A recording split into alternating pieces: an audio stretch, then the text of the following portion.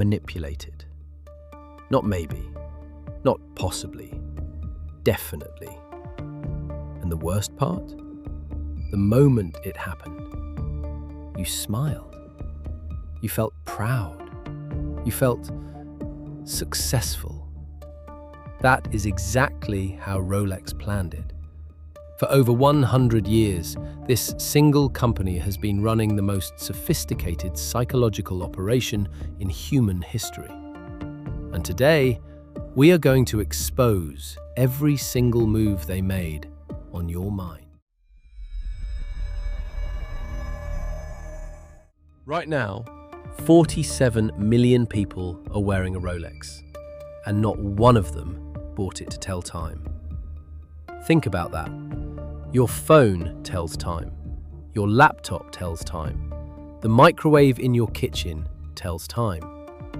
But somewhere, somehow, millions of intelligent, educated, successful people decided to spend anywhere from $5,000 to $500,000 on a watch. Why? The answer is not what you think. Because Rolex is not in the watch business. Rolex is in the fear business. Stay with me, because by the end of this video, you will never look at a Rolex the same way again. It is 1905, London. A 24-year-old immigrant named Hans Wilsdorf has a problem. Pocket watches already exist. They work perfectly. Everyone has one. So why would anyone want a watch strapped to their wrist? People laughed at him. Wristwatches were considered feminine, weak, unnecessary. But Hans Wilsdorf was not trying to sell a better watch. He was trying to solve a much deeper human problem. A problem that had nothing to do with time. He named his company Rolex, a name with no meaning, no history, no translation in any language. He chose it specifically because it sounded identical in every country, in every language, on every continent. This was not an accident. This was the first psychological move in a 100-year war on your mind. But the real operation had not even started yet.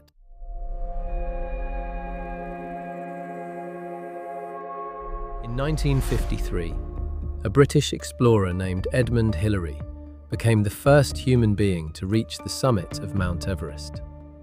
He was wearing a Rolex. Now, here is what most people never find out. Rolex did not sponsor that expedition. They did not pay Edmund Hillary. They did not even ask him to wear the watch.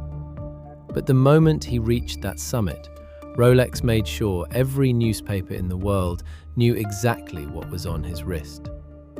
And that is when the psychological operation truly began. Because Rolex had just discovered something extraordinary about the human brain. We do not just admire achievement, we believe we can absorb it. By wearing what a legend wore, we feel, somehow, closer to being legendary ourselves. Psychologists call this achievement anchoring, and Rolex has been weaponizing it for over 70 years. Every president, every astronaut, every record breaker. Rolex was not celebrating their achievements. Rolex was attaching their brand to the greatest moments in human history. So that when you wear one, you do not just wear a watch, you wear a feeling. But here is the part that nobody talks about. The feeling is not pride. The feeling is fear.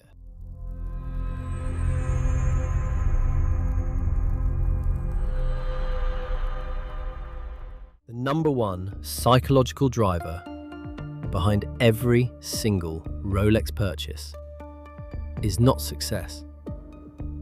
It is the fear of being forgotten. Deep inside the human brain, there lives a terror. The terror that when you leave a room, nobody remembers you were there. The terror that when you die, it will be as if you never existed.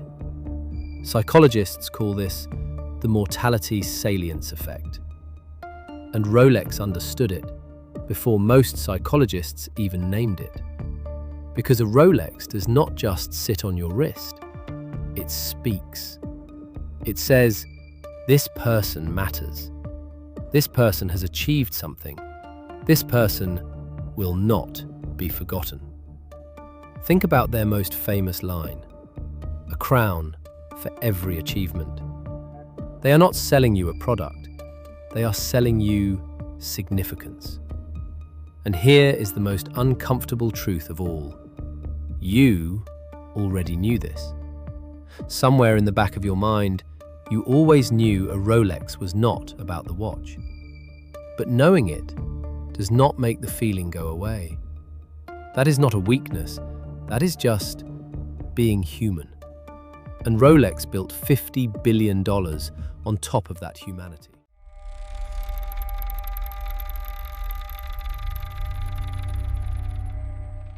Between 2019 and 2023, Rolex raised their prices by over 50%. Did the watch improve?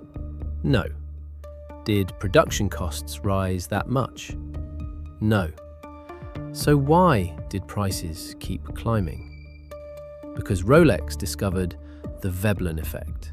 The higher the price, the more people want it. Price becomes the product. Exclusivity becomes the feature. And then they did something even more calculated. They introduced wait lists. Not because they could not make enough watches. Rolex produces over 1 million watches every single year. But certain models have wait lists stretching years, sometimes a decade. And here is the psychological genius of that decision. When you are told you cannot have something, your brain immediately decides it needs it. Psychologists call this reactance theory. The moment something becomes restricted, it becomes irresistible. So Rolex engineered the wait deliberately. They turned rejection into the most powerful marketing tool in history. Billionaires, celebrities, CEOs, all of them waiting, all of them wanting, all of them proving to themselves and everyone around them that they are the kind of person who eventually gets one.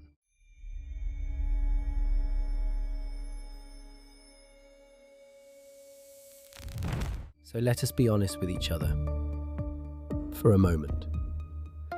If you own a Rolex right now, ask yourself this: not why you wanted it, but what feeling were you actually trying to buy?